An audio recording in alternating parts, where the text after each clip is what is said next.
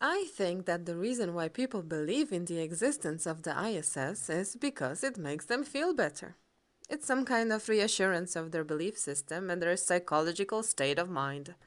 It's comforting, I guess, to know that there is in fact some ISS flying somewhere in the sky 400 kilometers above the spinning Earth with people on board.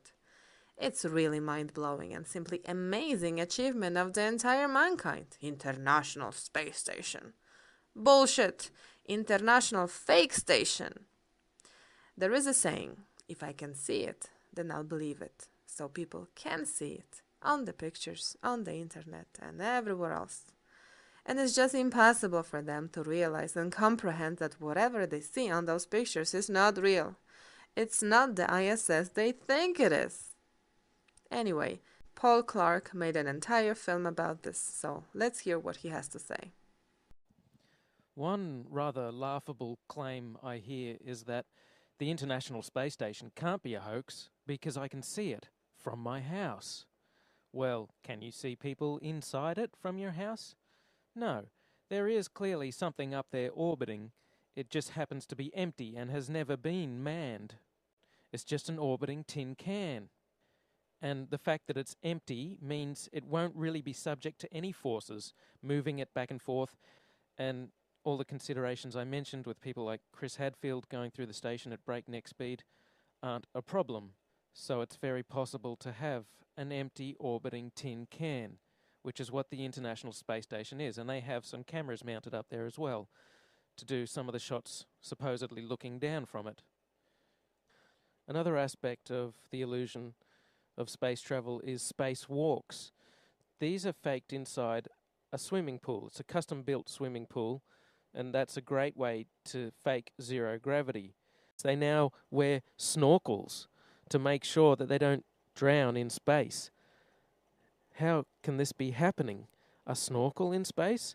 There could be some water in the porous plate sublimator. When they were on the moon, they supposedly had about a gallon of water, but that cooling system is supposed to be well away from their head. There really is no sane explanation for why a gallon of water would leak into someone's spacesuit unless you realize the whole thing is faked inside a swimming pool.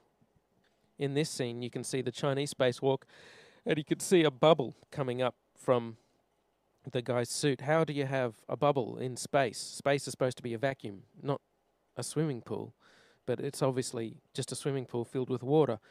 Obviously, there would be some equipment that they could only fix from the outside, but a lot of these spacewalks, it seems like equipment they easily could have configured to be accessible from the inside of the International Space Station. It seems more like an excuse to get out and show their other space trick, which is the faking of spacewalks in a swimming pool. In this vid, you catch a glimpse of someone wearing a scuba tank. Scuba tanks in space? Snorkels and scuba tanks in space? They act like a spacewalk is just a walk in the park, like there's very little danger involved at all. They're looking through the spacesuits. Oh, here's a spacesuit. We're going to go for a spacewalk. As if there's no danger at all. Like they don't care. They don't care. They don't act like they're in a life-threatening situation, like they could die at any second, even though they can. So you would think to preserve their life, they would want to minimize the amount of spacewalking that they did. But there seems to be an abundance of equipment on the outside of the International Space Station that constantly requires repairing, which makes for a good TV spectacle and is inspired by movies like Sandra Bullock's Gravity. And after Gravity came out, they of course had to do another spacewalk to fix some emergency, some piece of equipment that their lives depend on that amazingly they can fix every time. But you know what? Thanks to the genius of the engineers at NASA, they employ snorkels in space now, so that should stop them from drowning. It seems mandatory to smile if you're on the International Space Station. I guess when you're doing a hoax, you have to have a big smile plastered on your face because that's what distracts people. Now check this video out. The whole video is about a minute long. I said 45 seconds before was the maximum for full motion mode.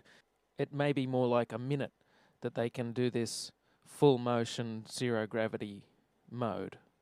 because then the airplane finishes its parabolic trajectory. It has to dip down for a short period of time. There's double the gravity.